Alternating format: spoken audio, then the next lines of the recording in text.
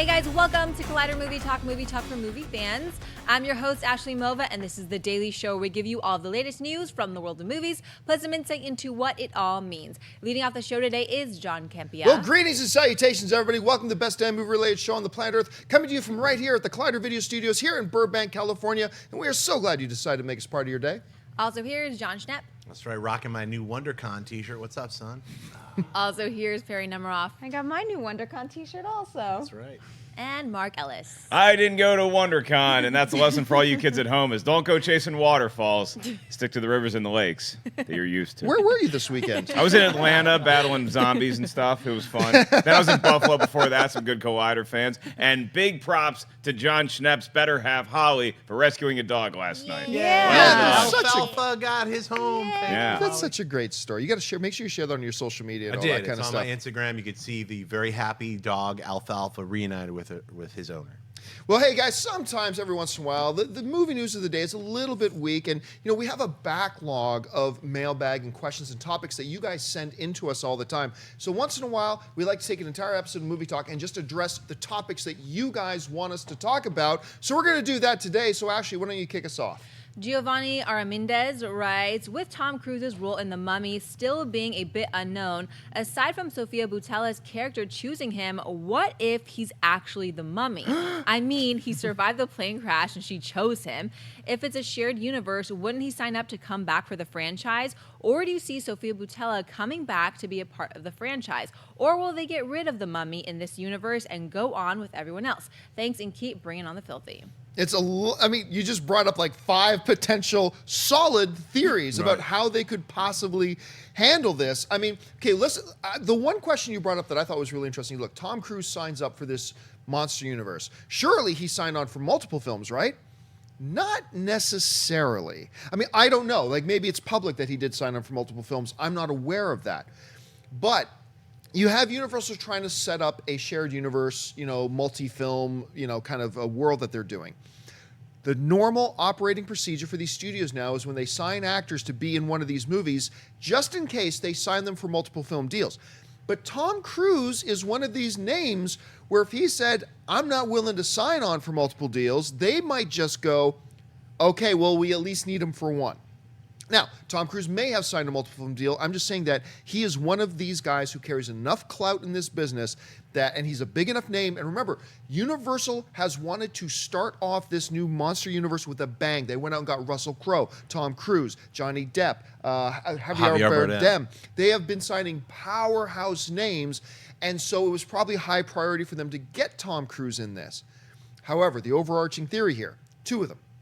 One, I love Schnepp's theory about he is Van Helsing. That they haven't mentioned his name in the trailers. At some point in the movie, you're going to find out he's a descendant of Van Helsing, and he is destined to fight the mummy and all these other creatures. And maybe Tom Cruise becomes a character that pops up in all these movies. Who knows?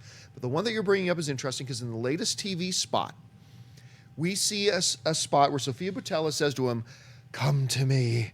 And you see Tom Cruise's eyes, and now Tom Cruise's eyes splits into 4 pupils, much like hers did in things. So maybe he is by the end of the movie, realize, mind blown, he's the mummy. Right. And now moving on, Russell Crowe is going to be chasing him down. I mean, I don't know. There's a lot of possibilities here. Perri, you're seeing this. Which way do you think the mummy is going to go? Up until this question, I was with Schnepp, where I thought he was Van Helsing. Because also, Collider.com did an interview with Eric Heiserer where he's the one who's writing the Van Helsing movie, and he described that character as someone who had no extraordinary powers, just resourcefulness and will and kind of a stubbornness, who's able to tackle some of these bigger problems.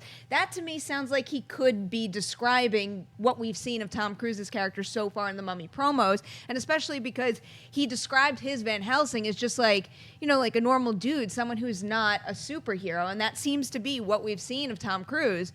But now, this idea of Tom Cruise potentially carrying on the Mummy name, that seems like a really interesting way to pave the way to actually making a monster cinematic universe come together, because why would you introduce one of these monsters and not want to keep them intact if you're creating this whole cinematic universe? And as to whether or not he signed on for multiple films here, I don't know what the truth is to that either, whether he signed on for one or a whole bunch of them. But given Tom Cruise's track record and the fact that he likes, especially if he's starting in with this franchise from the ground up, he's a super dedicated guy who likes to, really invest in every single thing he does. I would be surprised if he was a one and done kind of situation with this and he didn't want to, go the full distance and really invest in it. Now, Schnepp, we also saw in the States TV spot, we know Nick Fury and S.H.I.E.L.D. show up. I'm sorry. I'm sorry. Russell Crowe as Dr. Jekyll and Argabus or whatever. Prodigium or something. Prodigium, whichever. I mean, clearly,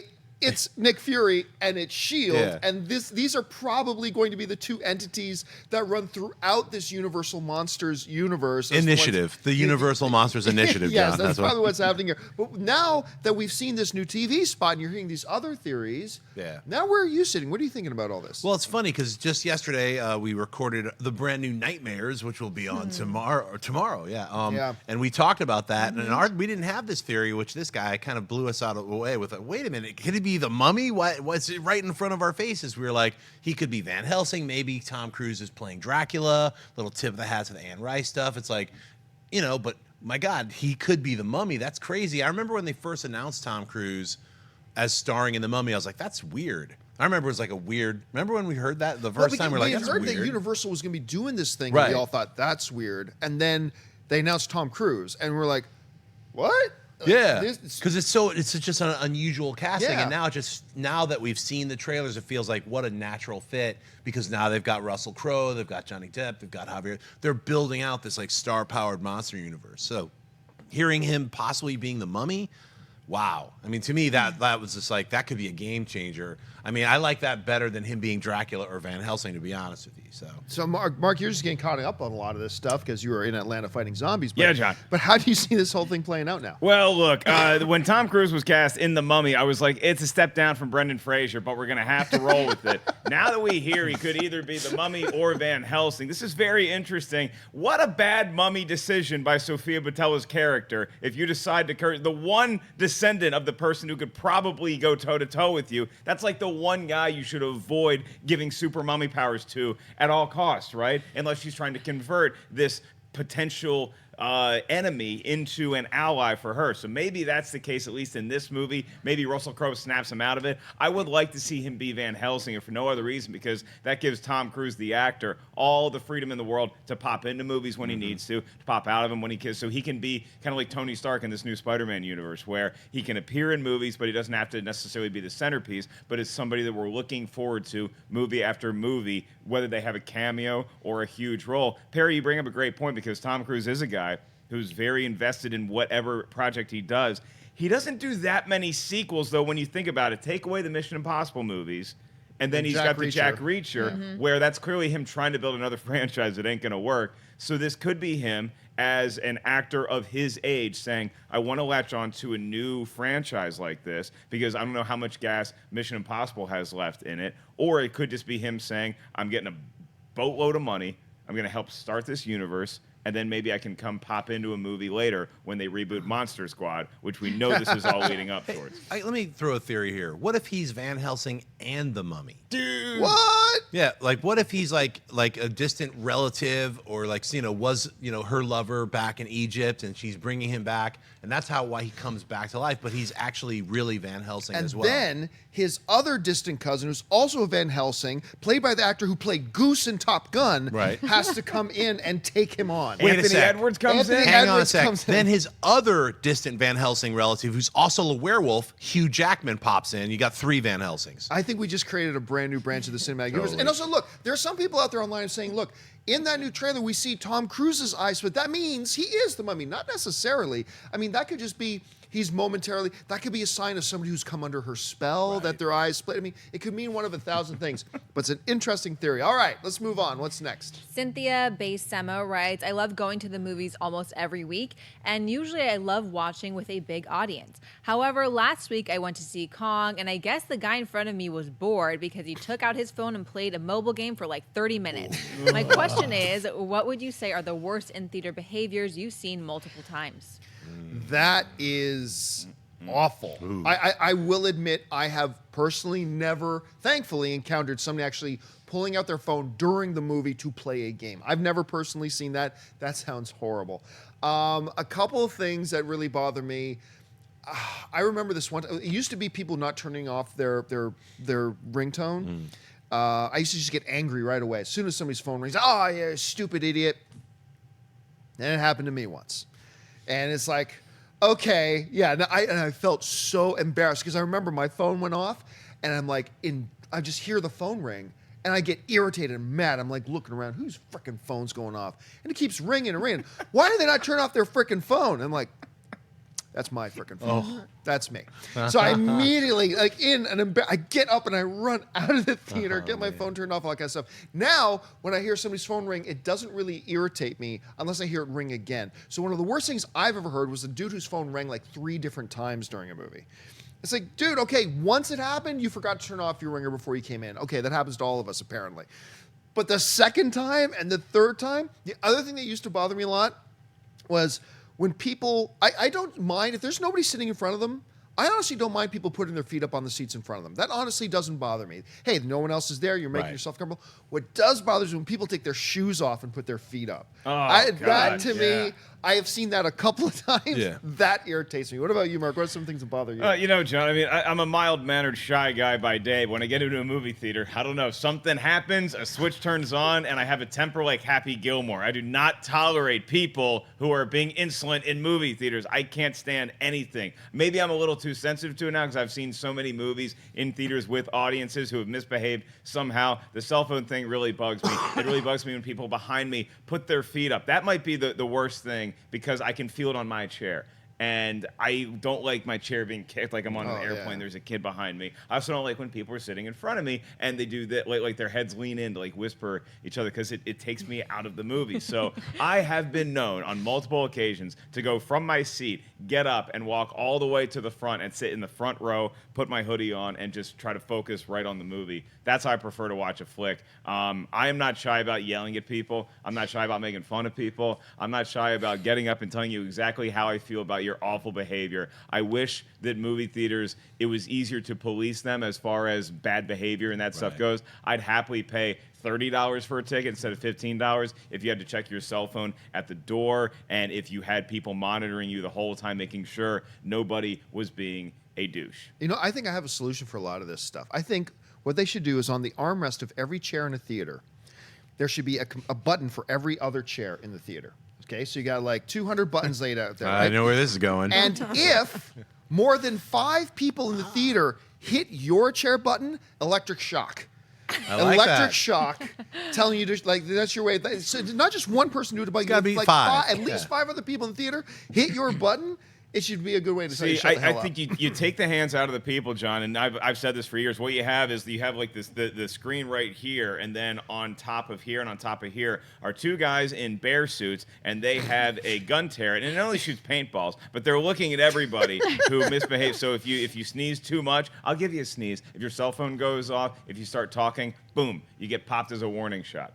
See, I got one better. It's not a paintball. It's a tranquilizer. And sleep.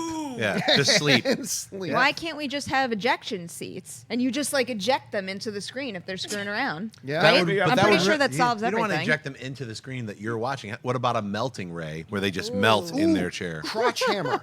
Crotch hammer built into the seat. See, this is the kind of ingenuity I expect from this team. Some of the worst behavior I've ever seen in a movie theater, it's a real bummer because it actually happened during a Star Wars premiere. Not like the premiere, but like the first showing of Star Wars. So when I saw The Phantom Menace for the first time, they get everybody into the theater an hour ahead of time. This is the first time anybody's seen Phantom Menace, right? So everybody's just there chilling. Some guy in the front, he looked like the Simpsons comic book store guy. He brought in a bunch of Taco Bell, and he decided he didn't want that last 150 calories with that little chicken burrito. So he turns around, and it was kind of funny at first. Like, does anybody want a chicken burrito? And everybody's like, and they start screaming. So he sees somebody in the back, and he throws it. Oh my God. wrapper no. explodes halfway through. So it's just raining chicken and cheese and sour cream on a bunch of poor Are you people. saying there was socially awkward behavior in a giant group of Star Wars fans? And then for Force Awakens, some ass bandit takes out a phone during the crawl text of Force Awakens, and he's trying to Instagram video it. And it's like, dude, and he kept doing it throughout the thing. So Uncle Mark had to have a little conversation with him. And I told him if he does it again, I'm going to take his phone and I'm going to throw it at the screen. Well, you guys don't want to be in a theater with Uncle Mark, and you certainly do not want to be in a theater with Uncle John, because I will go right up to you and tell you to shut the F up. Because if you're talking after the credits, I'm cool if you're talking during the trailers. Shut up during the trailers, too. Talk, Nope, shut up. Trailers is fair game. Hey, look, you want to talk about trailers? I'm cool with that. It doesn't bother me. The minute the movie starts, phone's got to go off, and you've got to shut up, because I'm not in your living room. I didn't pay $30 for me and my date to hang out and listen to your stupid opinion about what you think the actor should be doing or what other movies they've been in. Shut up. Shut up. And if you're with your friends, I'm going to tell your friends to shut up too. You definitely don't want me in your face. And I've had to get in like 3 dudes' faces like, hey, what's up? What's going on? You know, you don't want that happening. Seriously. Everyone should just want to be in the theater with me because I'm a big sucker and I'll just sit there and stew. Like, I remember when I saw Black Hat, one thing that drives me nuts is I don't like to eat things. First of all, you're mad during- because you're watching Black Hat. Well, That's right. there's a bigger story to that too. But like, I don't eat popcorn or anything during a movie, but like, I'm totally cool if people around me are. I don't like when I can hear you from a mile away eating your popcorn, and someone in the back was like chomping on the I don't know how they had so much popcorn in that damn bag, because for like 50 minutes of that movie, I sat leaning forward in my chair, kind of like that, where I couldn't even hear the movie. I'm trying to drown them out. It was the worst thing. And then Black Hat was so boring that I took my watch off and I was like futzing with my watch, and eventually I just forgot about it and I left it like on my lap, and I got up and left my really nice watch in that movie theater. So now I'll always hate Black Hat because the nicest watch I've ever owned disappeared that night. All right, let's move on to the next one. Cameron Landry writes, I was wondering if WB may make a trilogy of Batman movies with a young Batman. If Ben Affleck is out, they would likely still want to make Batman movies for the box office bucks that the name brings. If they recast and had a Batman in his 20s fighting the Riddler, Penguin, or other villains they may not get the chance to use. I think it would be a great way to keep making Batman movies without Ben Affleck. What do you guys think? Well, look, make no mistake, Batman is the crown jewel in WB's, crown. I mean, he is the jewel. They are going to be making Batman movies from now as long as people go to see movies. Yeah. Absolutely they are. Now, a lot of people have been speculating, with Warner Brothers now clearly moving on to Plan B with their universe. Look, they've got a built-in, I don't like this myself, but they do have a built-in reset button, and his name is the Flash. Yeah. Because if you watch the TV series, if you know the comic books, Flash F's up the timeline all the time, especially in the TV series. It's like there's not an episode goes by where he doesn't screw up the timeline. And there's some great memes going around online. I don't know if you've seen it, where it's got the, who's the actor who's playing the Flash now on the movie? Ezra Miller. Ezra Miller. There's a great picture of Ezra Miller in the Flash costume like this, and somebody's got the meme, "Dear Lord, please forgive me for how I'm about to screw up the timeline." And like, you have a built-in reset button for whatever they want to do moving forward. And I am not, I see some people online with this theory that they're going to use the Flash to reset and institute this Plan B thing. And while I don't like messing with timelines, I could see the rationale behind doing that. And look, at some point, I think Warner Brothers was thinking the right way when they started off with a Batman in his mid-40s, a grizzled veteran Batman. I loved that approach. But to the point of the people who didn't like that idea, it's not a long-term thing. You can't do that. You can't start off a brand new cinematic universe with a 40s Batman and keep him around for 20 years. I mean, you can't do that. I get that. That's fine. So do they move to a younger Batman at this point? Yeah, I've got no doubt that whoever is next Batman, whether it's Armie Hammer as Dick Grayson taking on the cowl, or whether it's somebody else entirely, I do have a feeling they're probably going to go late 20s, early 30s with their next Batman. Whenever the next Batman happens, whether that's after Justice League or whether that's after the first standalone Batman, whatever, at some point they're going to have a new Batman in there, and they're probably going to go younger. What do you think?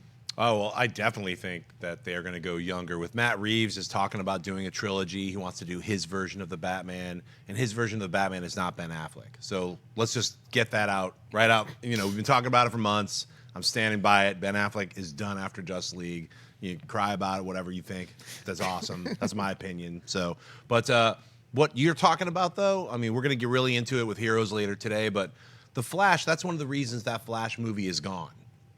Because that Flash thing that you're talking about is actually going to happen at the end of Justice League. They are going to reboot the DC cinematic universe and make it a little bit brighter and a little bit shinier. And guess what? Henry Cavill's going to still be Superman, but he's going to be that Matthew Vaughn Superman that we all want. I think it's a great idea, and it's something to get behind and not be crybaby about. I think it's great. I think, look, Ben Affleck he's going to be Batman more than anyone's ever played Batman before. Well, by the time he's done with Justice League, he'll have been Batman 5 times. He's in Suicide Squad. He's in Wonder Woman. He's in Batman v Superman. He's in Justice League. I mean, that's quite a lot of appearances as Batman for, not a lot of screen time, but and I think he did a great job. Like whether or not I still think he's the best on-screen Batman we've ever had, in my opinion. And I'm bummed that he's not going to get a chance to do his version of the Batman for whatever reasons. We're not going to get into all the behind-the-scenes stuff that you know nothing about, but we will definitely just say, look, he's in Justice League, right? You know that. So he's Batman in Justice League. No one's going to argue about that. Whatever happens after Justice League, I wouldn't get your panties in a bunch. It doesn't matter. I think it's like, I hope Justice League is amazing, but I think it's also they're using that opportunity to relaunch and reboot, like you said, Plan B, Batgirl, Nightwing, all these things popped up in the last few months after a giant course correction, change of upper management, all these things that have happened that no one knows about. That's what's going on right now, and it's all for the better of the DC cinematic universe. None of this is for like, we don't know what we're doing. Now they actually do know what they're doing, and there is a direction that they're moving forward on, so I'm 100% behind it. So what do you think? Do you think whenever it happens, once we get a new Batman, do you think they're going to change from that mid-40s grizzled veteran Batman to a slightly younger Batman? Do you think that's the way they're going to go? I'm thinking that is the route they're going to take. However, and I also agree with you, Schnepp. If I were to place a bet right now, I would say that after Justice League comes out, that's the end of Ben Affleck's Batman, and they're going to shift everything in the DCEU to another direction with all of these fresh characters that they're teasing that we're not used to right now. But until we get to Justice League, I keep flip-flopping between what I want just because Ben Affleck was my favorite part of Batman v Superman. I'm kind of not ready to let him go. So I think until I see where that character goes in Justice League, it's hard to get behind the fact of, okay, let's leave that behind and backtrack and get a younger Batman. But I was actually just rewatching BVS the other day, and there is a line between him and Alfred where he's like, oh, like years ago, we had done this and this, and it made me want to see maybe what was going on between the two of them back in the day. That obviously doesn't line up with resetting stuff, but I think there is a lot to explore in that age range, which would be great. I just, at this point, I need to get to Justice League, and then I could really start assessing what I might want as a DCEU fan. What about you? I want to go older, John. I want real older. I want like Gran Torino Batman. I want Batman like Cape and Cal crushing Budweisers on the porch, yelling at the neighbors. I think they're eventually going to go younger because you're not going to go older. But I want to see this Batman version play out as much as we possibly can because we've never seen this type of Batman on screen before, so I want to see where this goes. They've been making so many, like Perry alluded to, mentions of his past and what went on in his past, the good, the bad, the tragedies that happened to him that we have not actually seen play out. I don't want to see everything in that world necessarily play out. I just want to see the effect that it has on this guy going forward. So I'd love to see a bunch more Batman movies with Ben Affleck, but the great thing about Batman, like you said, is that we're always going to have Batman. There's always going to be a Batman in existence. And the longest that you would ever have to wait is a few years. Because it took 6 years for us to go from Bat Nipples to arguably the greatest Batman movie of all time with Batman Begins. It's never going to take that long again to reboot a universe. So we're going to get a younger Batman. Hopefully we get my Clint Eastwood Batman at some point. But in the meantime, let's enjoy the Batman that we're going to get. Hopefully in Wonder Woman and definitely in Justice League. Because I can't wait to see that one continue to play out. The Batman starring Sylvester Stallone, 2019. Keep your eyes open. All right, what's next? Marcos Batista writes, I guess this isn't a question, but a statement. If the Lion King movie doesn't begin with that song, the whole movie will suck. Okay, not really, but that song is like the Star Wars opening crawl of the Lion King movie. Sorry, I skipped. I missed the what was the name of the song? That was it. Yes. Okay, that was obviously. Hey, John, wait a held up second. so Is there another lyric to that? Does it keep going? You're gonna have to check back with me later. for that part. I think that What might have about been the single. circle of life? That was They the do single sing greatest that. moment in movie talk history right there. Okay, look, Lion King, my number one all-time favorite animated movie. Everybody knows that. I think it's just the greatest. When we did our March Movie Madness tournament a couple years ago, it was based on animated films, and you guys voted it as the number one animated film of all time. I adore this movie. I love it. Do I want to hear that song at the beginning of the new Jon Favreau CG? I'm not going to call it live action. CG version of it? Yes, I do. But will the movie suck if they don't? Absolutely not. His Jungle Book movie took a lot of liberties from the original animated thing, and Jon Favreau's Jungle Book movie was awesome. Mm-hmm. So would it be awesome if they started out with that song? Absolutely. But I've already seen that Jon Favreau will make an awesome adaptation, even if he doesn't follow step by step what the original did.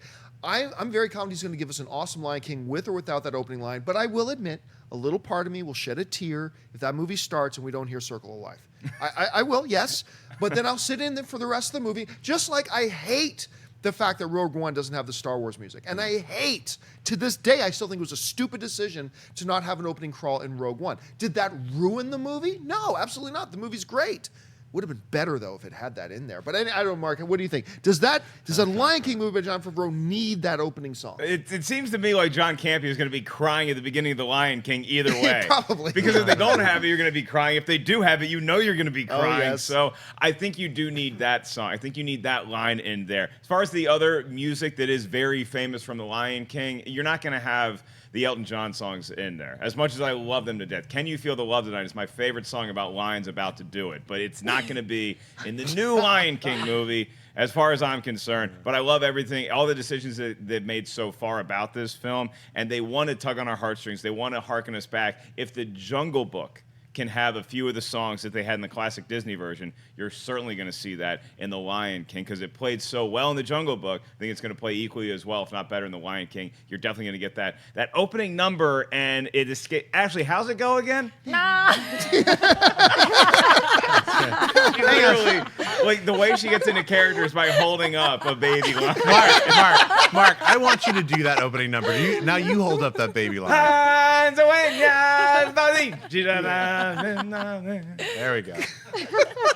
I think that was phonetically correct. Yeah, that sounded. By the way. See, whenever I do it, it becomes very Italian. Like, Get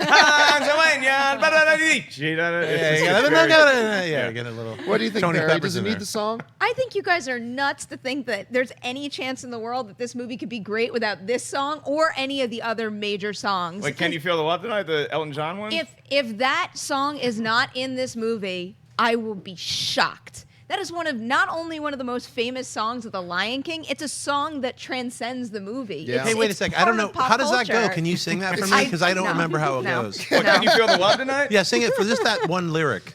How does that go? Which one? Can You Feel the Love Tonight? Elton John. I can't remember the way it opens. There's a calm surrender to the wild outdoors. When the heat of a rolling wind can't be turned away.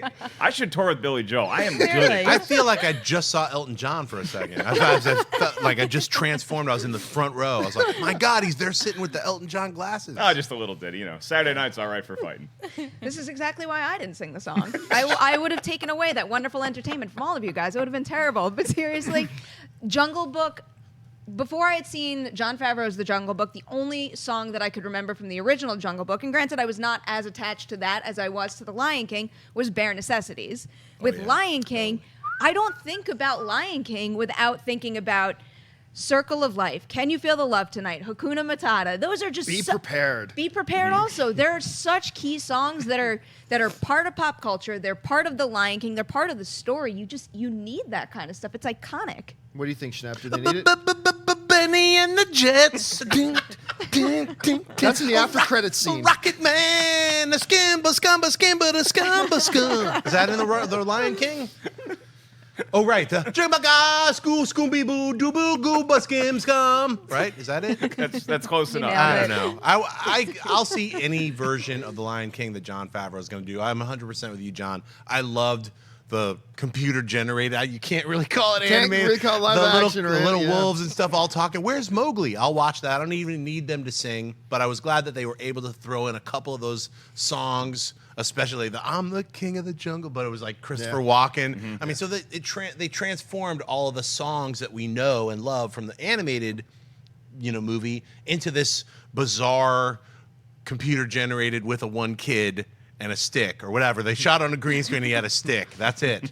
But I can't wait to see it. So yeah, whether or not the songs are in there. Ashley, how's that song go again? You're gonna have to pay for it. Well, her teeth and ambitions are bared. So what's next, Ashley? Megan Fallman writes, so it's April, and I know there are a bunch of movies we're all looking forward to in May, but I was wondering, what are the April movies you're most looking forward to this month? Yeah, May is going to be great, but we'll get to May when we get to May. There are two that I'm really looking forward to. There's two I'm really looking forward to because these are two that I have not seen yet. One is Fate of the Furious. I hated this film franchise 1, 2, and 3. I thought it was just a suck fest of a franchise. Tokyo Drift can drift away. Yeah, and then 4 came out. I'm like, I didn't hate that. And then 5 came out with The Rock, and it just went into overdrive at that point. So I'm really curious to see it. And they just get more and more ridiculous. The other one that I have not seen yet is Free Fire. And that just looks psychotically fun. Yeah. It reminds me a lot of, Shoot 'em Up. Totally. The trailers make me remember Shoot 'em Up, and I love Shoot 'em Up at the same time. Now, there's another one coming out that I actually saw it about 3 months ago. And it's a documentary. It's a Disney nature documentary called Born in China. And it's great. It's really, really great. I'm not into nature documentaries. Aside from March of the Penguins, I've never really been into any of the nature documentaries, but Born in China is really fun. So if you get a chance to see that. So those are the three that the two I'm looking forward to really, Free Fire and the Fate of the Furious. And I'm going to recommend when you get a chance, see Born in China. It's really clever. What are February or April films are you looking forward to? Well, for me, I've been waiting for The Void. It feels like forever. And it's like I keep forgetting when it's going to come out. I know I've talked with Perri about it a lot. And that it's finally going to come out. It's going to do limited theatrical I think next week, right? I think it's April soon. 8th. Yeah, and then it'll be on video on demand. So that's the one that ever since I think they were raising some money on Indiegogo or something a long time ago. And I remember I missed the opportunity to, pitch in. And I was like, oh man, that looked really cool. Then, a couple years later, all of a sudden a trailer shows up and I was like, wow, this looks like a really weird hybrid of The Thing and Rosemary's Baby and all these bizarre, it looks creepy as hell. So that's the one I'm really looking forward to. And of course, Fate and the Furious, but I'm saying one that's just off the beaten track for me. What about you? Oh, I got a bunch. Free Fire for sure. Right. That cast looks incredible. It looks like just a blast of a movie, and it got such good reviews out of TIFF. So many people that I know absolutely loved it, and it just feels like it's going to be my kind of movie. Colossal, which is up there. Oh, yeah. It's that I've seen, and it's a lot more than what you would expect it to be. And Anne Hathaway is really damn good in it, and it's a super clever idea that Nacho Vigalondo takes to another level that you might not expect, that gives it a little more meaning than, haha, look at Anne Hathaway operating a kaiju. It's not just that. There's a lot more to it. And The Circle. The Circle's up there also. I love that book. There is no more timely concept to explore on the big screen right now. And based on what I've seen in the trailers, it looks like they're kind of really gonna dig deep and run with that kind of mind F concept and scenario of what that kind of operation and their technology does to Emma Watson's character, which is kind of disturbing when you see it play out, if it plays out as it does in the book. The other one I just noticed up there, and the only reason I'm aware of this at all is because I was watching one of the new Alien Covenant trailers, and sometimes it'll just skip to something related after it. That Rupture, so the Rupture trailer started playing, and I had walked away from my computer, and I heard crazy stuff, and I turned around. That looks like one of the most messed up concepts I've seen in a while. I'm really curious. I don't even know what it's about. What is it? It's something about like Numi Rapace's character gets kidnapped and she's stuck in this facility where they're trying to rupture her genes. It's What? It's startling looking, especially when you didn't realize it's playing and you turn around and you're like, what is going on my computer screen right now? So I'm kind of curious to see what that is. Yeah, Rupture looks cool. The Circle is something I'm really looking forward to because the trailers have been great. They seem very timely and also very like an episode of Black Mirror-ish with a fantastic cast. Emma Watson coming off making out with a wild boar. Now she's going up against Tom Hanks. John Boyega's in it. Patton Oswalt is in it. That movie looks great. And then you also have Unforgettable. Yeah, so Rosario Dawson meets a guy, they fall in love, they get married. But here comes the ex-wife, Katherine Heigl, ladies and gentlemen. Bring on Unforgettable. Can't wait, I got my popcorn. All right, what's next? Justin Sims writes, 2017 is off to a pretty good start in the horror genre with great movies like Split and Get Out. What other horror films are slated this year that you're looking forward to? I also like the Belko Experiment that came out already. I had a lot of fun with that. There's actually an awful lot of horror coming out this year. But the one that has me most intrigued, it looks like a little of a play, a slightly different version of a play off of like a World War Z or a zombie thing. It's called Patient Zero. It's got Matt Smith, Stanley Tucci, and the girl from not Lord of the Rings, from Game of Thrones. Natalie Dormer is in it as well, where it's like this guy who's the world doesn't turn to zombies through the supervised, but like turn into like super intelligent killers and whatever. And so Matt Smith is the guy who doesn't get affected by it, and then he and a team go on a hunt for Patient Zero, who I believe is supposed to be Stanley Tucci, and they have to find him because if they find Patient Zero, maybe they can find a cure. That one's got me intrigued, so sign me up for that one. What about you? Does that one have a date? Because I've been dying to see that because I feel like it was at think it's like Comic-Con end of last summer. year. I think it's around end of that summer. one moved around a lot, but Yeah. the idea behind that and the cast, I've been dying to see that. So just in terms of franchises that are coming out, and I'm super excited just because of what it's part of, the Annabelle movie. I thought the trailer was pretty solid. I want to see Insidious Chapter 4. I did not like Insidious Chapter 3 at all, but I love the first two so much. The new Cloverfield movie, and then, of course, we're getting another Saw movie this year. So those are all going to be on my radar no matter what. The two that I'm really pumped for, because the promos are so damn good, Alien Covenant, they're just crushing it. There has come a point where I'm starting to worry because they're showing me so much that I'm really excited about. Did they show me too much at this point? I sure hope not.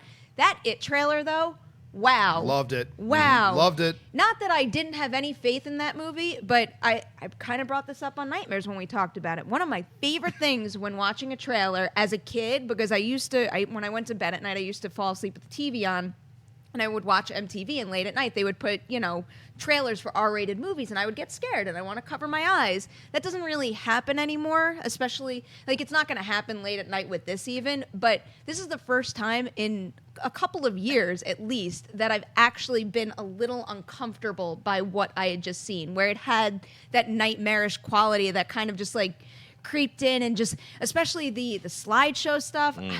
At this point, it seems like they're going well beyond the type of horror and terror that I've come to expect from it based on the TV miniseries. So I really think that this could wind up crushing it in September and being just a massive hit. Yeah, I've already emailed our friend Amy Rose Eisenbach to let her know I want to watch. I want to take her to go see it. If you don't remember, Amy Rose just does not like clowns. I don't know, which one are you looking forward to? We were talking about Amy Rose just 2 days ago about how I wish that I could have watched Amy Rose watch this trailer.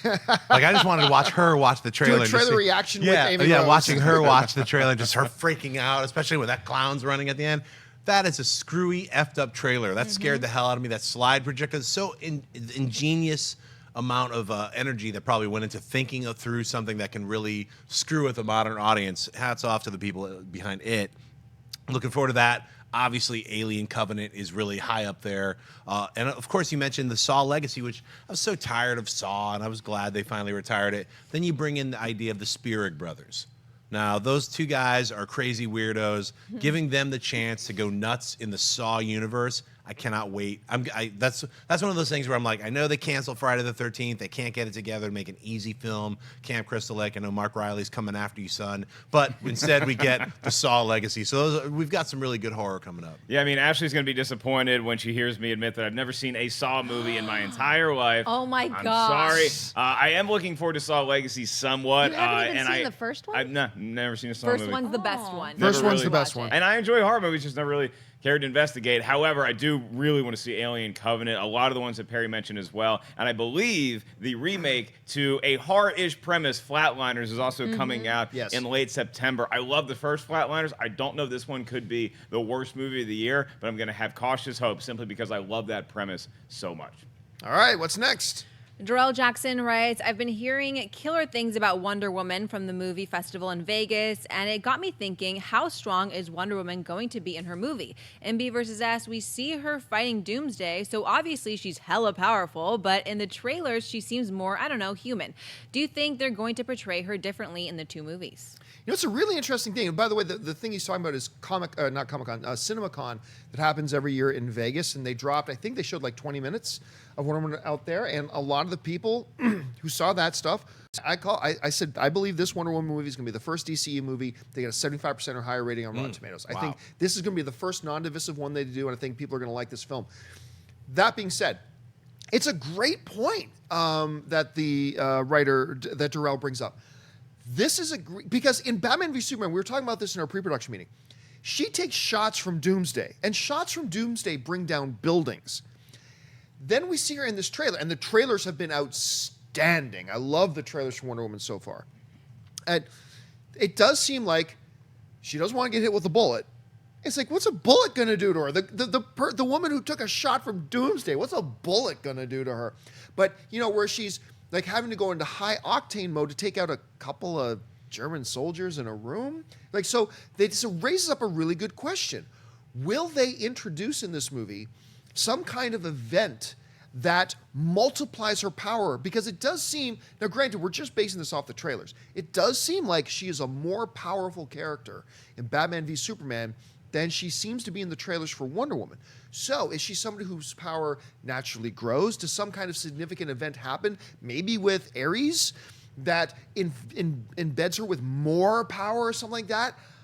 I'm going to say they're going to introduce a plot point that she acquires more power. That maybe by the end of the Wonder Woman movie, she gets infused with more power, something, whether it's, you know, her daddy Zeus, or whether it's some other of the gods or whatever, or maybe she becomes queen, and that by getting some kind of staff, she gets more powerful. But I do think something's going to happen to kind of explain the power difference between Wonder Woman and Batman v Superman. What do you think? Well, I'll use Stan Lee's with great power comes great responsibility. You have someone like Superman who could crush you like a fly, but yet sometimes he'll land and take off. You know, step away, please. You know, there's certain things where Wonder Woman is probably fighting people that she knows she could just snap their head off with a flick of a finger, but she's not going to try to kill them. She's just going to try to take them down. So I think there's a lot of restraint that we're seeing. You just have to imagine that because, yeah, we were talking about this before the show. She's taking a punch to the head by Doomsday, this gigantic, like 30-foot tall mutant creature, and surviving. She does that thing with her wrists where she puts, and we've seen that in the trailer. It's like kind of almost like a mini nuclear explosion. Yeah. So I think that she has the same powers. I think she can even fly in this movie. We saw some clips of her flying or whatever. I don't really know what the full extent of Wonder Woman's powers are going to be in the movie. I haven't seen the movie, but I think she's holding back. And then when she's going to fight Ares, I believe the Ares villain is going to be also kind of giant, similar to Doomsday. He's going to be a big dude. So I think we're going to see her really unleash on Ares. So I think, she's holding back and restraining herself fully until she actually can fight someone like a big dog like Doomsday or Ares. What do you think? I just want to preface this by saying I'm going to be okay either way. Okay, I'm not going to get so invested in this world where it's got to be realistic compared to her taking a punch in another movie. She's got a magic lasso, guys. Okay, let's all get over this a little bit. She took a big shot. She recovered. I don't need to see her be that powerful in this movie. I just want to enjoy Wonder Woman. So I don't need like some weird built-in excuse as to how she was able to take this monster punch when she looks like she's not as strong as this movie. I'm going to be fine. I think I'll be okay. What do you think? I think part of the reason that we might be getting the impression that she is very much not as powerful as BVS is just, the context of the footage we've gotten. A lot of that footage that we saw where she's fighting is training. So obviously she's not going to do anything too crazy there. And kind of what you said, Schnepp, it's like, why would you want to deliver the death blow when you know that kind of just going like that is going to defeat your enemies? And then also I had remembered a quote that she gave when she was promoting BVS that kind of explains it. She had said, we go back 100 years to when she's more naive. So she's talking about going back in the Wonder Woman movie. She's this young idealist. She's pure, very different to the experienced, super confident, grown-up woman you've seen. So I have a feeling that it's not going to be some sort of big plot point in Wonder Woman that all of a sudden she gets all these crazy powers beyond what we see her do in Wonder Woman. I think it's just a matter of someone coming to understand what she's capable of, and between Wonder Woman and BVS, she just grows to that extent. All right, guys. Well, we're going to save a little bit of time here to take some of your live Twitter questions. Just start sending in your questions now. Just send them to us at Collider Video, and make sure you're following us on Twitter as well. Now, before we get to your questions, I also want to remind you that this is not the only show going up on Collider Video today. A little bit later today, a brand new episode of Jon Schnepp and his crew of Heroes goes live at 1 p.m. Pacific Standard Time. Make sure you check in for that. Also, last week, a bunch of us here at Collider went over to our friends at Screen Junkies, and we had a big Battle Royale tournament of movie fights, an all Collider edition on movie fights there. Make sure you go on over to Screen Junkies and check that out as well. Also, the Blu-ray of Rogue One comes out today, and lucky for you, we already put up our commentary of Rogue One. So once you got your disc, or once you buy it on Google Play or Amazon or wherever you like to get your movies from, sit down and watch it along with us. Just pop us up on YouTube as you're watching it on another screen. It's going to be a lot of fun. Also, tomorrow, the next new episode of Nightmares drops. Schnepp has already mentioned they recorded that yesterday with special guest Guillermo del Toro is on that, so you're going to want to check that out as well. A new episode of TV Talk dropped yesterday, and of course, every Friday, new episodes of Jeremy Johns' Awesome-tacular. Make sure you check that out. Okay, with all that out of the way, let's get to your live Twitter questions. Ashley, what do you got? Alex Lobo writes, any thoughts about the lack of Uncle Ben in the Spider-Man Homecoming marketing? I fear he may not be a core element in Spidey's story. He's gone. I mean, remember, this is not an origin story. We've already seen Spider-Man was already Spider-Man by the time we got into Captain America Civil War. And he may have been Spider-Man for the last 2 years. They never actually said how long he's been Spider-Man for.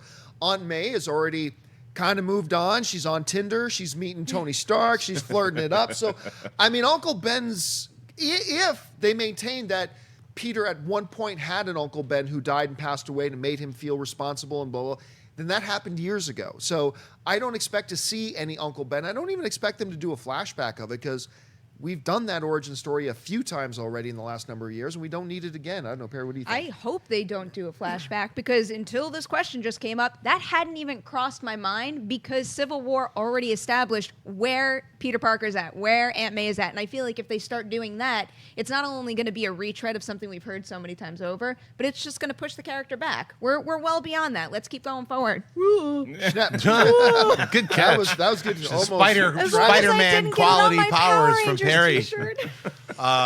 Yeah, you know what? I don't need to see Uncle Ben. I don't need to see Green Goblin. I don't need to see Doc Ock. I don't need to see Electro. I don't need to see Sandman. That's all been done already multiple times in all the other Spider-Man movies. I'm cool if they reference Uncle Ben. Well, remember when Uncle Ben? Yeah, I know, and he's all bummed out for a second. I don't need to see Uncle Ben or a flashback or any of that stuff. Anybody who knows Spider-Man, we've seen it all before. We've read it already a million times. I want to move forward. I want to see Mysterio. I want to see the big bubble-headed dude. I want to see Chameleon. I want to see Scorpion. I want to see Kraven. Kraven. Yeah, Kraven. Kraven. Come on, son. The big hunt. That's what I want to see. We've seen all those guys. Let's see some brand new Spider-Man villains. I would imagine you get Uncle Ben in a flashback, though. I think it's hard to show us a Spider-Man movie without some little note of Uncle Ben. But even if Uncle Ben was a huge part of this movie, even if Orson Welles was playing Uncle Ben, I would make the move to hide him in the trailers, because what they're clearly doing with the marketing campaign is letting us know this is a new Spider-Man that exists in the MCU. This is not the same old Spider-Man movie that you've already paid to see a number of times. So you don't want to have the paint-by-number storyline that we all know from Spider-Man. Right. It's in his past, it's in his lineage, but you don't need to show that to us, because I think that actually hurts audience appeal when we want to go see a new, fresh take on Spider-Man. But I think if they do decide to go the route of, like, saying Uncle Ben, then I think it's obvious you need Andrew Dice Clay to play Uncle Ben. And you need just one scene of him coming home and saying, hey, Peter, me and Aunt May need some alone time. Go to your room and turn up the stereo. That's right. Something like that. That's what he says to the guy mugging him. Hickory dickory dock. Yeah.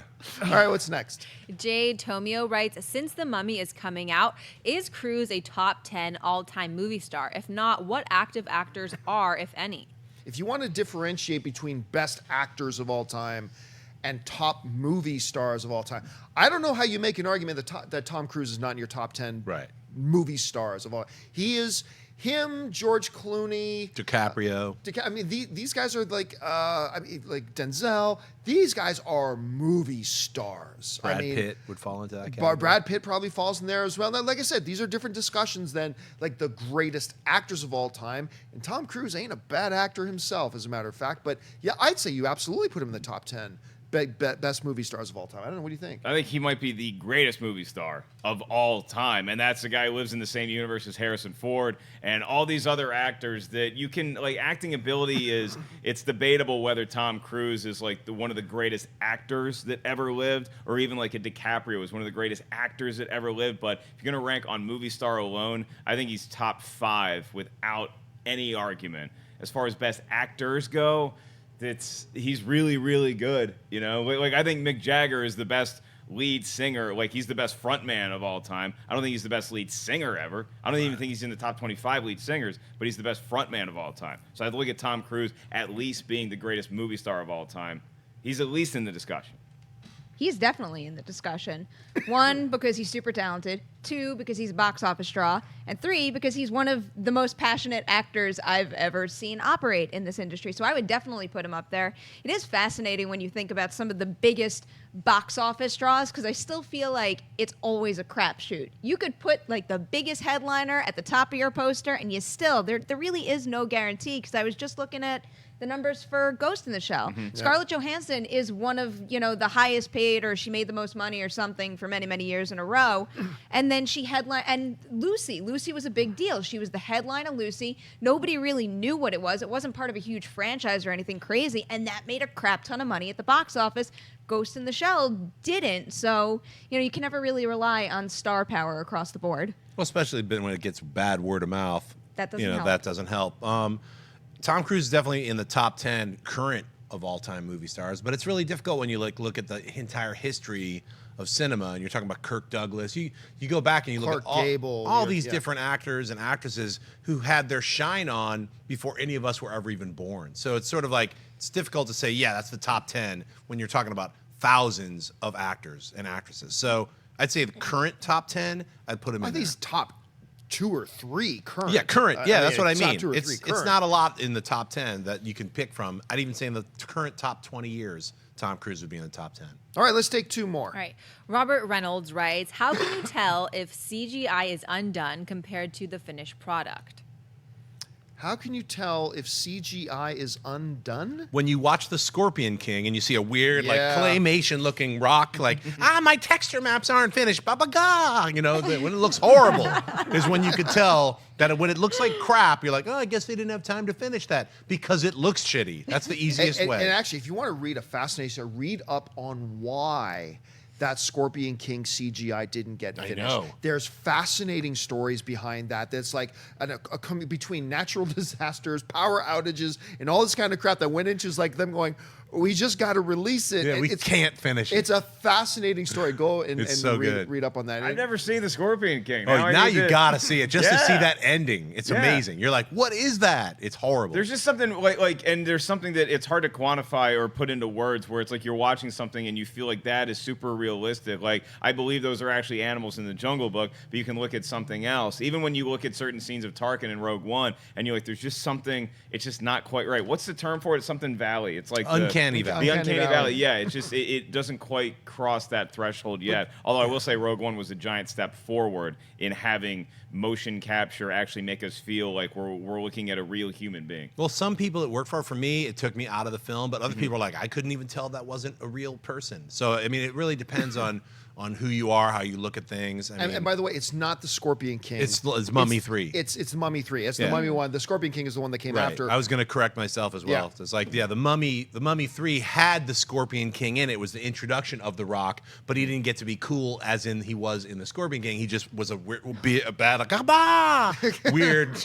You got to see it. It's amazing. I was thinking, because I don't remember that in the Scorpion King, but I've never seen the third one. You could YouTube that. I'm sure if you YouTube Mummy 3, horrible Rock, undone CG, or however you phrased it. I love that. I've never heard of it. It's not baked CG. It's undone. It's pliable. It's It's loose CG. It's not finished. It's The only unfinished, time yeah. I've ever seen undone CG is when it's deliberate, when they're showing you early footage to something, and something is like the previs animation, which can throw you off. But I just remember seeing the this is CG. I remember seeing the unfinished version of Sausage Party at South by Southwest last year, and it goes to show how much I liked that movie, because even though things were so drastically unfinished and certain sequences weren't even animated, but I still got the story. So when you can still accomplish that when stuff isn't finished, it's probably bodes well for your film. I remember I saw an early cut of Gravity, and Wow. it was so funny because like numbers you're watching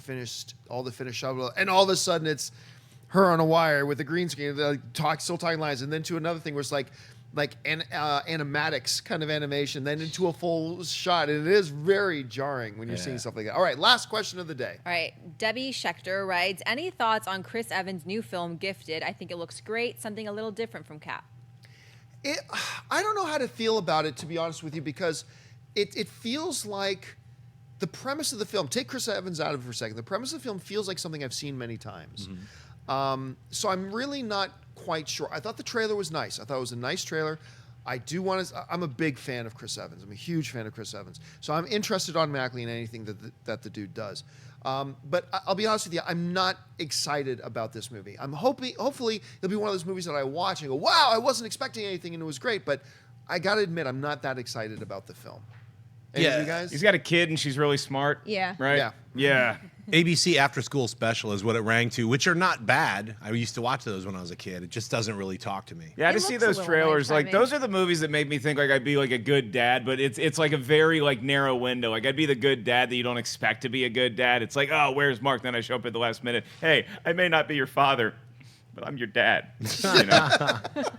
That was good. Thank you. We should go back to that Tom Cruise discussion for a right? second. God, it looks a little cheesy, but when I think that Mark Webb is directing it, that kind of gives me a little Right, hope yeah. that maybe there's more than the trailer is selling. But at the same time, I don't want to compare it to Hidden Figures at this point, because clearly I can't. But Hidden Figures, I thought, was going to be kind of surface level, and there was so much more Yeah, to there's it. so much to So it. maybe That's right. Gifted could follow a similar path. Yeah, John, I'm sorry I didn't pick you up from school, okay? I may not always be for you out there in the real world, but you know where I am here?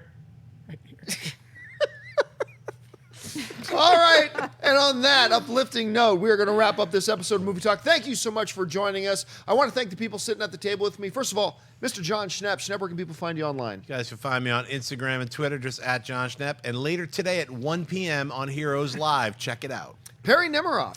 Twitter and Instagram at PNemroff. Don't forget, Collider Nightmares is back tomorrow. We're all so excited. We have a great lineup for you. And then, of course, every Saturday, Collider Behind the Scenes. Yet another good episode planned for this weekend. Preparing to accept his Golden Globe Award, Mr. Mark Ellis. There is a kick-ass version of the Schmodown that's going to be on later today versus two old friends. Make sure you guys check that out. As for me, you guys can find me in 2 weekends from now, Orlando Improv during Star Wars Celebration. Go hang out with us at Celebration during the day. Go across the street, come see me tell some yucks at night. Maybe a lightsaber appears. To be more specific, it's Christian Harloff versus Andy Signor today. Make sure you tune in and check that out. And over there, of course, we've got Ashley Mova, who is, going like old days, double dutying on the Twitter stuff because Wendy's not in lonely today. without Wendy here. But you guys can find me on Twitter, Instagram, Snapchat, Ashley Mova. Happy Tuesday, guys. And of course, you guys can simply follow me on Twitter and on Facebook, just at Jon Campea. That'll do it for us, guys. Thank you so much for joining us. And until next time, bye-bye. Hey guys, if you like this video, click the thumbs up button. Also, make sure you subscribe to our YouTube channel. It'll help you stay up to date with everything we've got going on here at Collider.